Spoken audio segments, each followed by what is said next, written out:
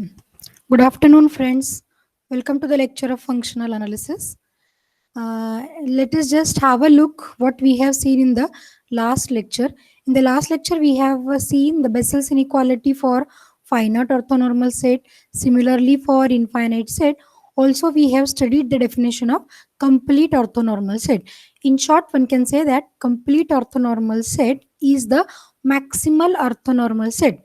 That is, there exists no other orthonormal set containing the given set. Okay, this is called as complete orthonormal set, and we have seen the theorem also that an orthonormal set is complete if and only for any x in H, x is orthogonal to x, S implies x is equal to 0. A very simple reason here is if x is orthogonal to x, if x is non-zero, we can convert that vector to a unit vector which may form the orthonormal set.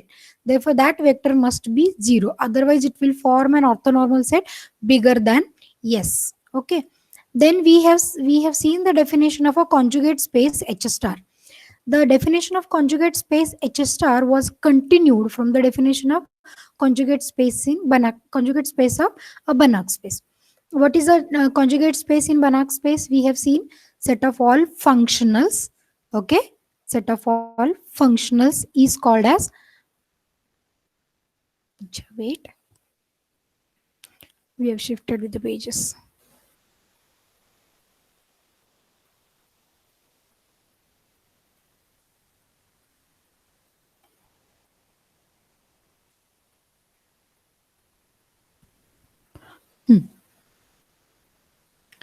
Banach space is set of all functionals. What is functional? Functional is a scalar valued. See what I'm saying? Scalar valued means either it may be a real valued function or a complex valued functions which is continuous and linear both, or bounded and linear both. Okay, and the set of all functionals was denoted with the symbol of n star, and the symbol we are using is b of nk. B of nk denotes set of all bounded linear transformations from n to k, and we have proved that this n star itself is a Banach space under the norm t, which is a definition of an operator norm, supremum norm t of x such that norm x is less than or equals to x. Now the job we are going to do is we are going to find out set up all functionals on the Hilbert space H. We know Hilbert space is a complete inner product space. Okay, therefore the function acting on the spaces is an inner product. Function acting on the spaces is inner product. Suppose this is the Hilbert space X, H, and if for an element X, we want to find out the function. Okay, for a function f, we want to find out the f image of this element x, right? Initially, it was simply f, not y. Initially, it was simply f, not y. I'll just explain here with another sketch. Right? Suppose this is a Hilbert space H. Okay, and we want to find out the functional. Therefore, the image must be a scalar valued function, right? Now I want to define a function from H to K. Let me denote it by the symbol f. Therefore, first thing was assured that this f is a scalar valued function. Now we will try to define a function. As the Hilbert space is a complete inner product space, therefore here the function acting on the spaces is inner product. Therefore, if I want to find out image of some element under the function f, suppose this is x. Now we want to find out the f image of this element x. Under which function? Under inner product. But we know inner product is a function working on the Cartesian product. That is, we want two elements in order to work out the inner product. It works on the Cartesian product rather, right? For this, to find out the f image of this element x, what we will do? We will fix the vector y somewhere, and then we will take an inner product of this vector x with the vector y. And whatever is the image will be a scalar quantity. Therefore, to define a functional on a Hilbert space f, we need this fixed y. Here I have written already. Fix y we want. Okay, and how we are going to define this? F of x is equal to inner product of x with y. Therefore, for different values of x, we will get different images. But this y is almost fixed. Y is fixed. One can say that the scalar, whatever is inner product, scalar is an outcome of this inner product, depends on the vector y. Therefore, instead of writing the function simply f, we will write it as fy because f depends on y, right? That's why we are writing this as a fy. Now we will check whether this is a functional or not. Whatever is the function we have defined, fy operated on x, inner product x with y. In the theorem we have proved that a function defined as fy operated on x such that inner product is equal to inner product of x with y is a functional. And also we have seen that norm y is equal to f norm of fy. Therefore fy we have proved to be a functional, means it is linear and bounded we have proved. And also we have proved norm y is equal to norm of fy. Okay, this is what we have done in the previous theorem, right? Now we will go for today's lecture. Now in today's lecture we are going to prove that such a vector y, fix, whatever we have said now, fixed vector, whatever the vector fixed out, is going to exist and is a unique vector, and mathematician Rees has given the proof of this theorem, which is going to help us in representing a functional defined on the Hilbert spaces. Therefore the theorem was named as Rees representation theorem. Rees representation theorem, right? In short, one can call it as RR theorem. Short, it is RR theorem. Okay, let us look at the statement. Statement says that let H be a Hilbert space. Let H be a Hilbert space and F be an arbitrary functional. F be an arbitrary functional in H star. What is H star? Conjugate space, collection of all functionals, right? Now, then prove that there exists a unique vector. There exists a unique vector y in H such that, what such that? F of x is equal to inner product x with y for all x in H. And also proved that norm of f is equal to norm of y. Okay, don't get confused with the previous theorem and this one. In the previous theorem, we have proved that whatever f defined with this format is a functional, that is, it is linear and bounded. Now we are going to prove the existence of a fixed vector. Rather, it is a unique vector y in H such that this function is going to be defined as inner product x with y. Also, norm f is equal to norm of y. If you feel any kind of difficulty in the lecture, you can just stop me and ask. Okay, now we will prove the theorem in 3 steps in all. In the first step, we will show that for any f in H star, the representation is given as inner f of x is equal to inner product x with y. In the second step, we will prove norm f is equal to norm y. And in the third step, we will go for proving the uniqueness. Okay, let me write my step number 1. To prove that any f in H star, has the representation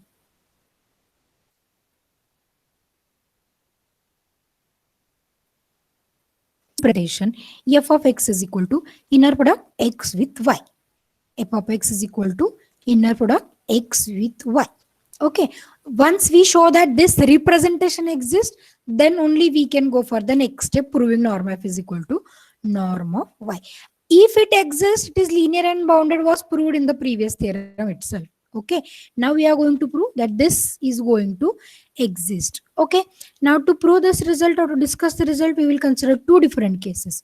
One, f is equal to 0, other is f not equal to 0. Therefore, let me write case number 1, f is equal to 0. What will happen if f is equal to 0? Let us check. f is equal to 0, it means that f of x is equal to 0 for all x in H. Correct? And what is f of x? What is f of x? We are going to prove this is inner product x with y is equal to 0. If inner product x is y is equals to 0, what does it mean? Inner product is 0 for all x. Therefore, one of the vector must be 0. Therefore, one can take y equal to 0. Therefore, here f is equal to 0, y is equal to 0. Or yes, f is equal to 0, y is equals to 0. Then f of x is equal to 0, and if y is 0, inner product x with y is equals to 0. Hence, the required statement holds, obviously. Now, in case 2, we will go for considering f is not equal to 0. F is not equal to 0. If f is not equals to 0, we note that y must not be equals to 0. What will happen if y is equal to 0? As the representation we want to establish is of this type. Therefore, if y is equal to 0, this f is equal to 0. Right? If y is equals to 0, what will happen? If y is equals to 0, it will give us f is equal to 0. Therefore, we should start with y not equals to 0. Therefore, here we take y not equals to 0. Okay. Now, we have proved already that inner product is a continuous function. Okay. And also, what null space of the function is going to be defined? N of f is null space of f. Null space of f. Now, what we know? N of f is proper closed subspace. Proper closed subspace of H. Why it is proper? Because f is continuous. Because it is functional, no? F is a functional, therefore it is continuous. Now, if n of f is a proper closed subspace, therefore one can write n of f is not equal to H. Right? If it is not equals to H, let me take a orthogonal perpendicular on both the side. Therefore, n of f perp is not equals to H perp. But what is H perp? H perp is singleton 0. Therefore, what we have proved that nf perp is not equal to singleton 0. That is, there exists a vector other than 0. There exists a non-zero vector. Right? Now, we have seen one theorem. Na? By the theorem, let me write the statement. What the statement is? If m is, I'll just change the color of my pen to write this statement. Let m be proper closed subspace. We have proved it already. Proper closed subspace of H, then there exists a non-zero vector. There exists a non-zero vector z0 in H such that z0 is orthogonal to M. Okay, let me use the same statement. NF we have proved that null space we have proved to be a proper closed subspace of H. Now one can say that there exists a non-zero vector in the NF perp, right? There exists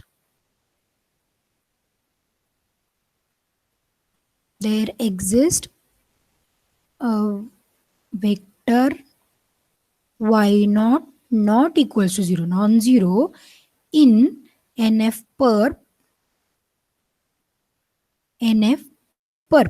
If I'm saying y naught in NF perp, it means that y naught is orthogonal to null space. Right now, y naught is orthogonal to null space. Now we will try to define a vector z in H. Now while defining z, we will try or will take care that f image of that z will be 0. Okay. Therefore, let us define for any arbitrary x in H. Let me define z as f of x into y naught. Y naught is a non-zero vector just now we have found, minus f of y naught into x. Then what is f of z? F of z is f is linear, no? Therefore, f of x is a scalar. If these f images are scalar, therefore taken out as it is. Therefore, f of x into f of y naught. This f of y naught is also scalar, therefore operated on f of x. Okay. Reason here is f is linear. F is linear. Therefore, by looking at the right hand side, f of z takes a value 0. If f of z is 0, it implies that z is belonging to ENF. Okay, now we have two vectors. Z is in ENF, y naught is in ENF perp. What does it mean? These two vectors are orthogonal to one another. Then, may I write? Inner product of z with y naught is equal to 0. One vector is in the null space of a function, another vector is in its orthogonal complement. Therefore, these two vectors must be orthogonal to one another. Therefore, let's just write what is z we have selected. Z we have selected is f of x into y naught minus f of y naught into x with y naught is equal to 0. Okay, now let us just use linearity in first variable. These two values are scalars. Let me just recall. Therefore, as these two scalars we have, we will just use linearity property. Therefore, what linearity property tells us? Taking scalar f of x out, this inner product is of y naught with y naught minus taking this f of y naught a scalar out, we have an inner product x with y naught and is equal to 0. Now we'll try to find out the value of f of x. Okay. What is f of x? Okay, before that, inner product y naught with y naught is norm of y naught square minus f of y naught into inner product x with y naught is equal to 0. We'll try to find out f of x from this. Therefore, f of x into norm y naught square is equal to f of y naught into inner product x with y naught. Therefore, the value of f of x is equal to f of y naught upon norm of y naught square into inner product x with y naught. See, just take care that y naught is non-zero. If it is non-zero, the norm value is also non-zero. Therefore, we can take it in the denominator. Now, this is a scalar. And let me shift the scalar to the second variable. If I want to shift it to the second variable, I should take a conjugate. Therefore, may I write this as inner product of x into f of y naught bar upon norm of y naught square inner product with y naught. Y naught is a vector we have found already, which is non-zero as well. Therefore, whatever is this quantity is a fixed quantity. Once I fix y naught, its f image is also fixed, its conjugate fixed, norm value is fixed. Therefore, whatever it is, this is just a fixed vector in the given Hilbert spaces. Therefore, let me just name it as a vector y. Therefore, here I'll write where y is equal to what y we have selected, f of y naught bar upon norm of y naught square into y naught. Therefore, f of x we have defined to be an inner product of x with y, where y is this vector in the Hilbert space. Therefore, what we have proved, we have established we have established that there exists y such that, what such that the above equation holds. Correct now? Is any doubt with the first step from any student? Yes, any doubt from the student side? No, ma'am. Yeah, good. Let us go to the next step then. In the next step, the job we will do to prove this norm values are equal. Right? That is to prove that norm f is equal to norm of y. Okay. Now again, case 1, if f is equal to 0, y is equal to 0. Therefore, surely norm f is equal to norm of y.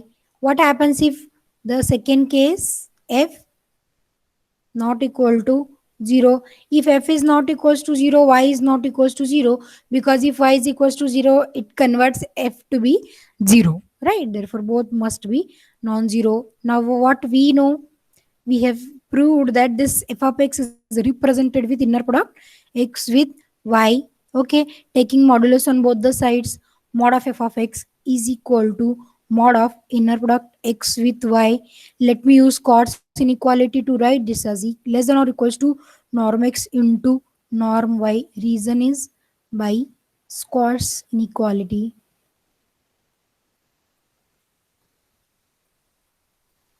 By Scott's inequality. Okay, now what I will do, I'll take if norm x to the left side, therefore it takes norm mod f x upon norm of x is equal to norm of y.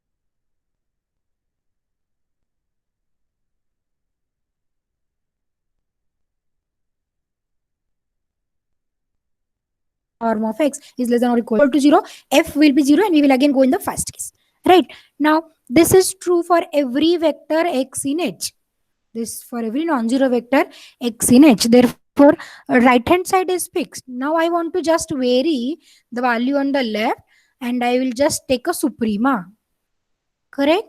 Then what is the value? Suprema x not equal to 0 mod f of x upon norm of x, which is less than or equals to norm y still, because if I vary x on the left hand side, each and every value from the set is bounded by norm of y, which is less than or equals to norm of y. Therefore it's a suprema is also bounded by norm of y. And if we look at the definition, by the third definition of operator norm, this is norm of f, and which is less than or equals to norm of y. Reason by definition of operator norm. By the definition of operator norm, this inequality I'll call it as by 1. Okay, now to prove the reverse, what we will take, let us take x is equal to y in the definition. Let us take x is equal to y in the definition. What will happen if y is equal to inner product of x with y, which is equal to norm square of y. Let me just write as norm square y is equal to f of, oh sorry, it's f of y. This is f of y. Let me put it in the modulus, taking modulus on both the sides. This is already a non-negative quantity, but we are knowing that f is a functional, means f is linear and bounded as well.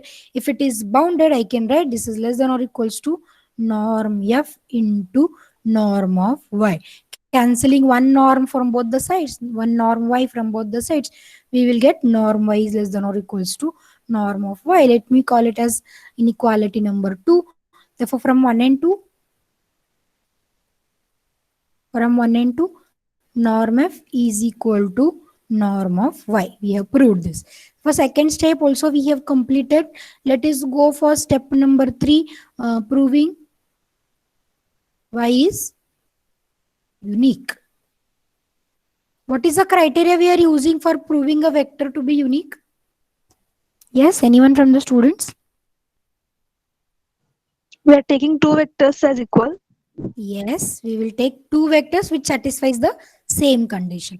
So first shall I start with, suppose y is not unique.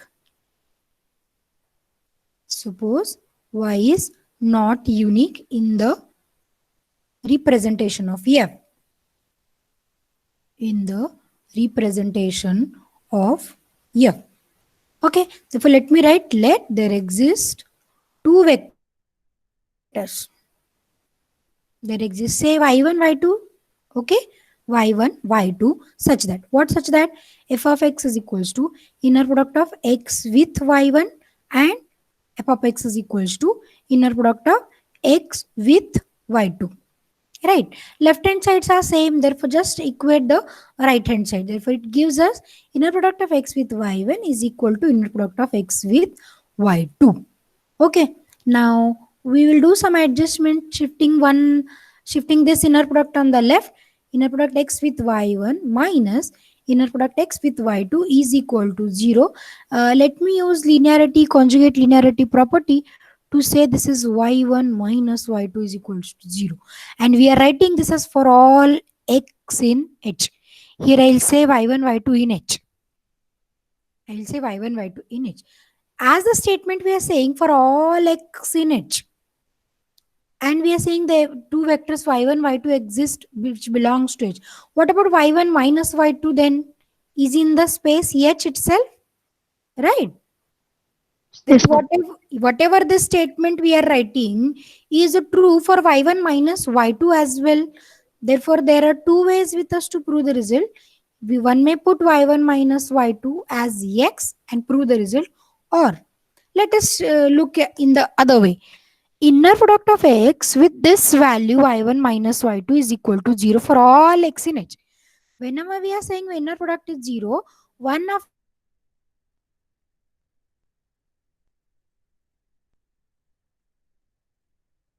the vector must be 0. Non-zero. Therefore, this statement holds only if y1 minus y2 is equal to 0. Right now, see here I'll write both the methods. Method 1 I will write, okay, y1, y2 are the two vectors in h. y1 minus y2 will be in h. The statement is true for all x in h. Therefore, we will put x is equal to y1 minus y2. Right? Therefore, the statement will be inner product y1 minus y2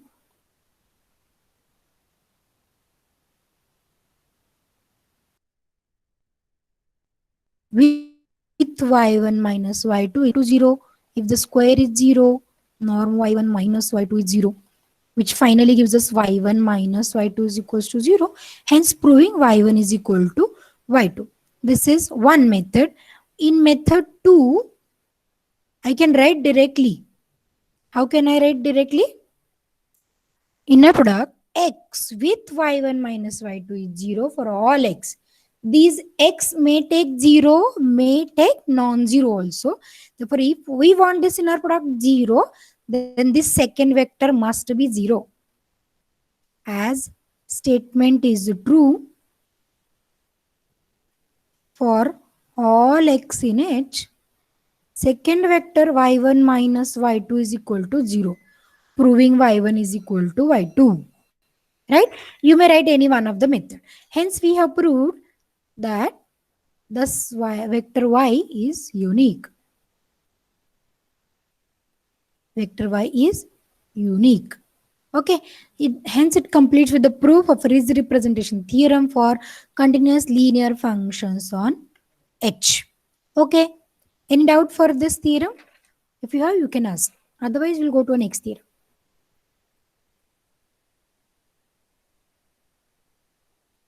Yes, students, whether you're having a doubt, what we have proved in the theorem, that whatever the function we have defined, f of x is equal to inner product x with y.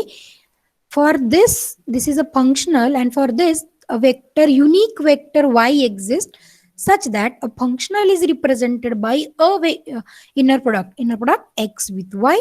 Moreover, norm f is equal to norm of y. Therefore, this theorem helped us to give the representation of functionals in H star. Therefore, the name is Ries representation theorem, proved by a mathematician Ries. That's why it is Ries representation theorem. Okay, let us move towards the next theorem, proving the mapping phi taking H to H star defined by. See what kind of mapping we are considering from a Hilbert space to its conjugate space. What kind of mapping will be defined then? Yes, can anyone tell me? Nature of elements in this H are vectors. That of nature of elements in this H star are functionals.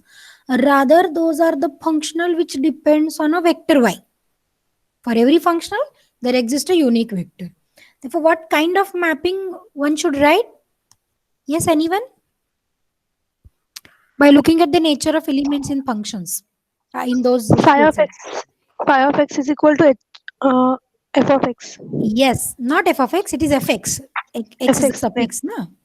Yes, yes, ma'am. Yes, therefore I'll write y. Phi of y is equal to f y, because y we have taken as a symbol in the previous theorem now. Where and how we have defined that fy? Fy defined on x is inner product x with y for all x in h. Okay, understood the mapping? Now we will prove that this defined by this is an additive 1 1 on 2 isometry, but not linear. But not linear. So for how many properties this mapping from a Hilbert space to its conjugate space possess? The mapping is additive, the mapping is 1 1, the mapping is on 2, the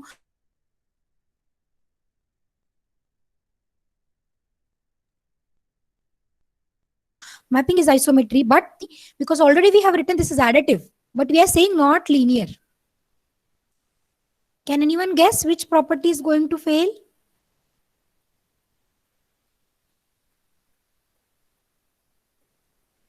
Yes, anyone from the students?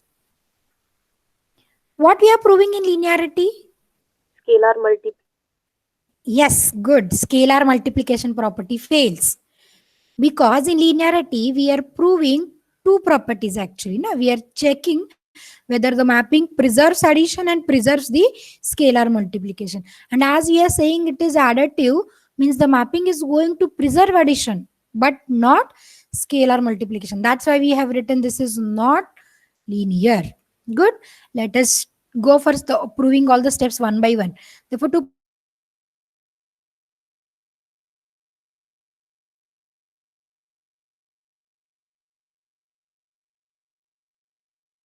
prove that phi is additive, we will first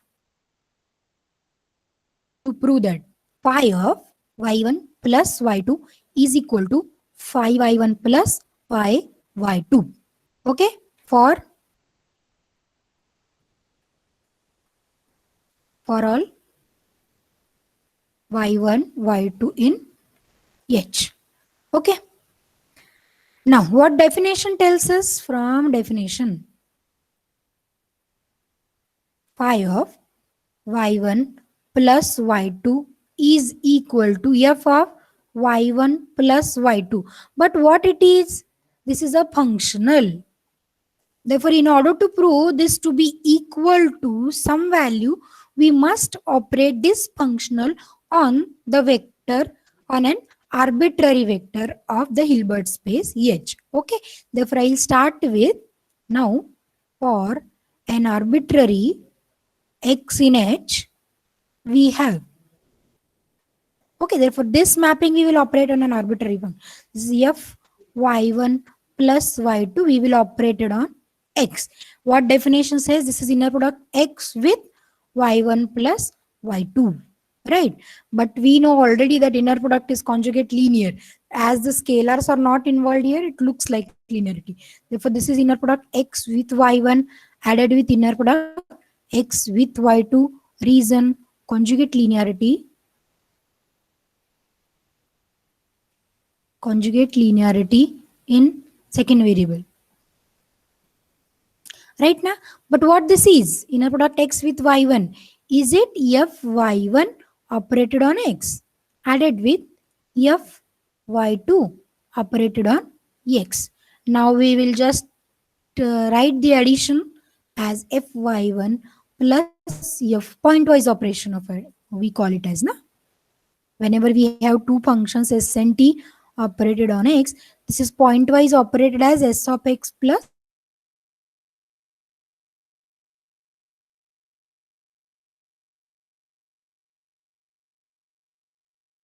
y2 is equal to f y1 plus y2 plus t of x, right?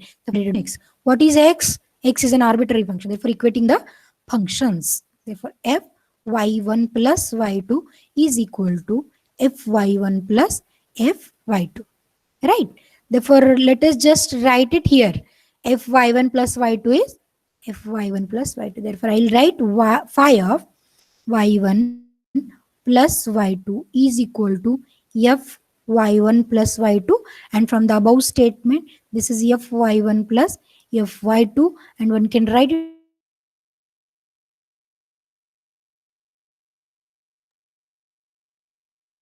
it as 5y1 plus 5 is additive. 5 is additive. Okay, let us go for step number 2 to prove that this 5 is 1 1. What should I consider for 5 is 1 1? Elements equal and proving their images equal, na? Right? Correct, na? Students. No, ma'am. We consider images equal, then we have to show that elements are equal. Yes, correct. Therefore, I'll start with any arbitrary y1, y2 vectors in H, and I'll consider that 5y1 is equal to 5y2. Okay, what this gives us actually fy1 is equal to fy2. Okay, now which gives, as these are the functionals, we will operate it on an arbitrary vector which gives for x in H. What it gives us, fy1 operated on x is equals to fy2 operated on x, which actually gives us inner product x with y1 is equal to inner product x with y2. And with a similar discussion as we have done in the last statement, I'll write directly inner product of x with y1 y2 is 0, and as we are writing in H for arbitrary x in H, the inner product must be 0. Therefore, x may be 0, may not be 0.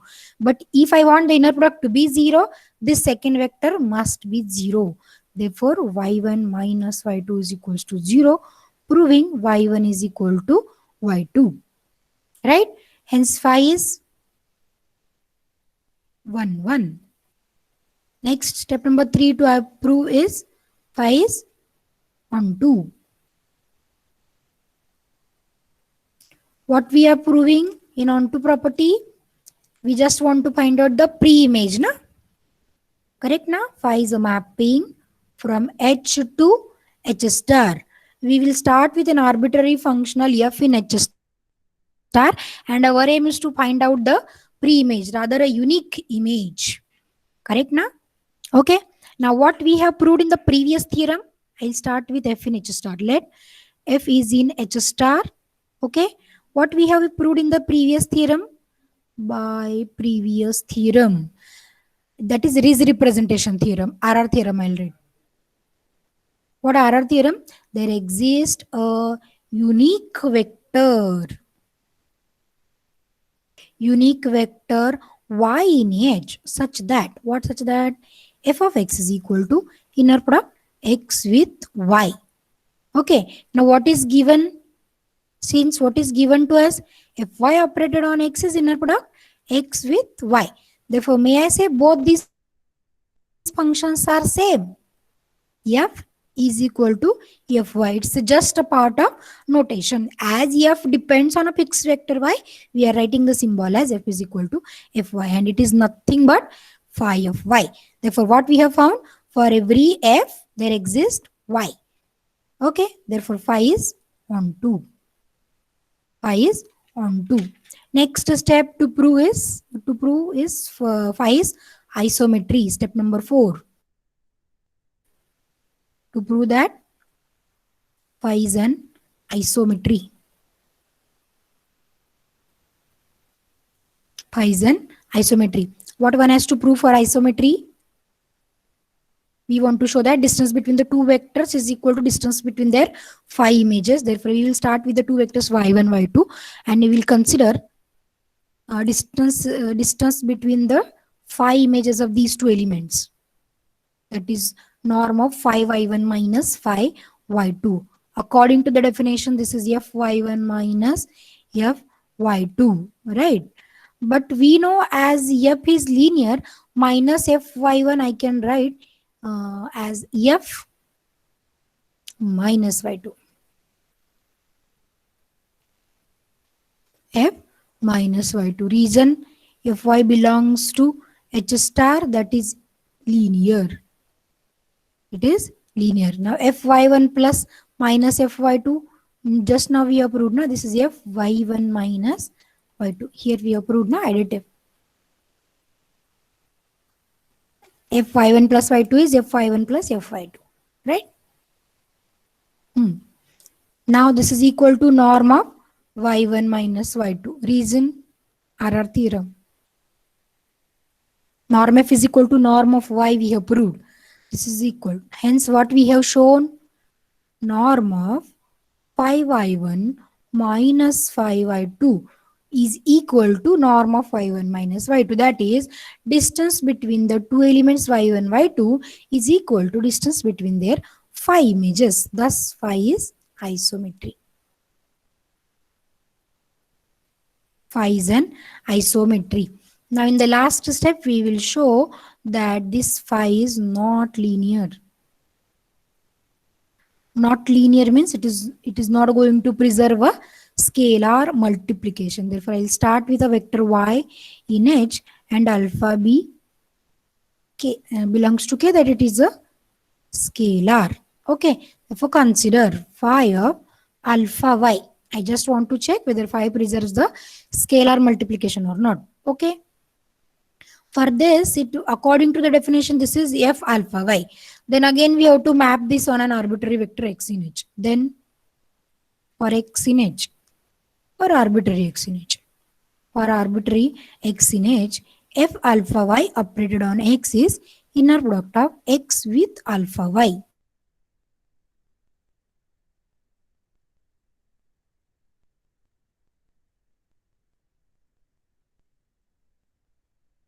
Now alpha is a vector reason conjugate linearity in second variable, right? Therefore what this inner product x with y gives us, fy operated on x. Okay, now we will just use a pointwise operation. Therefore I'll write alpha bar fy operated on x. Let me just clear you. Whenever a function alpha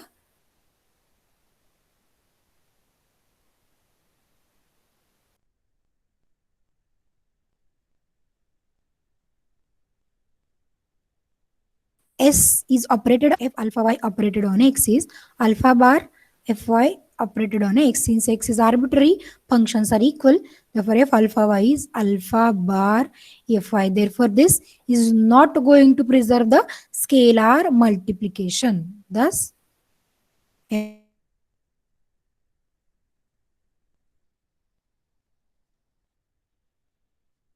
f not preserve, phi does not preserve scalar multiplication.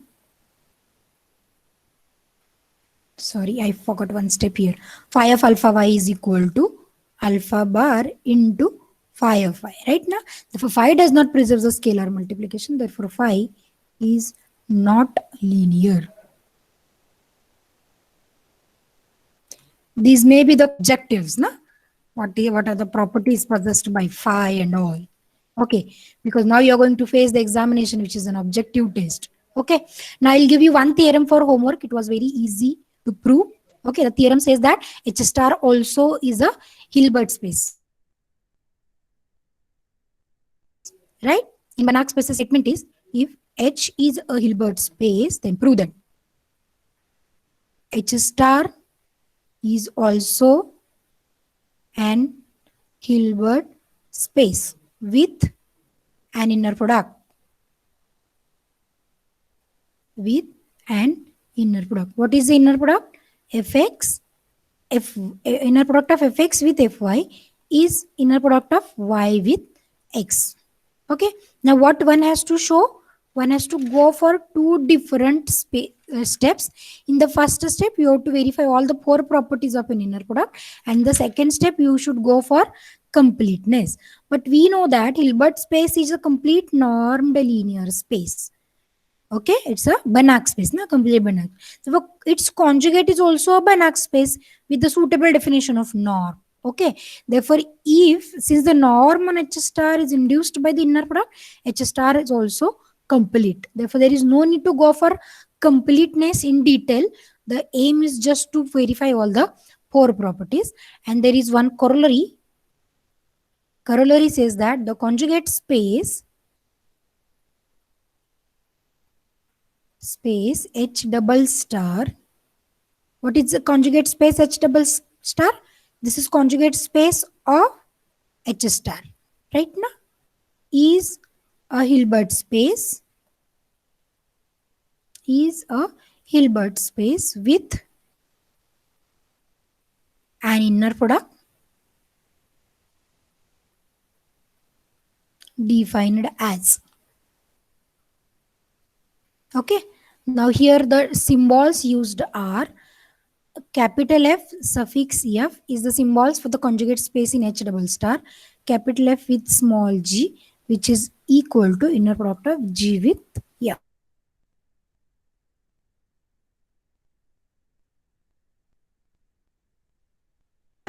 Okay, for all corollary. Also, we have seen that the reflexive definition in the Banach spaces. What is reflexive?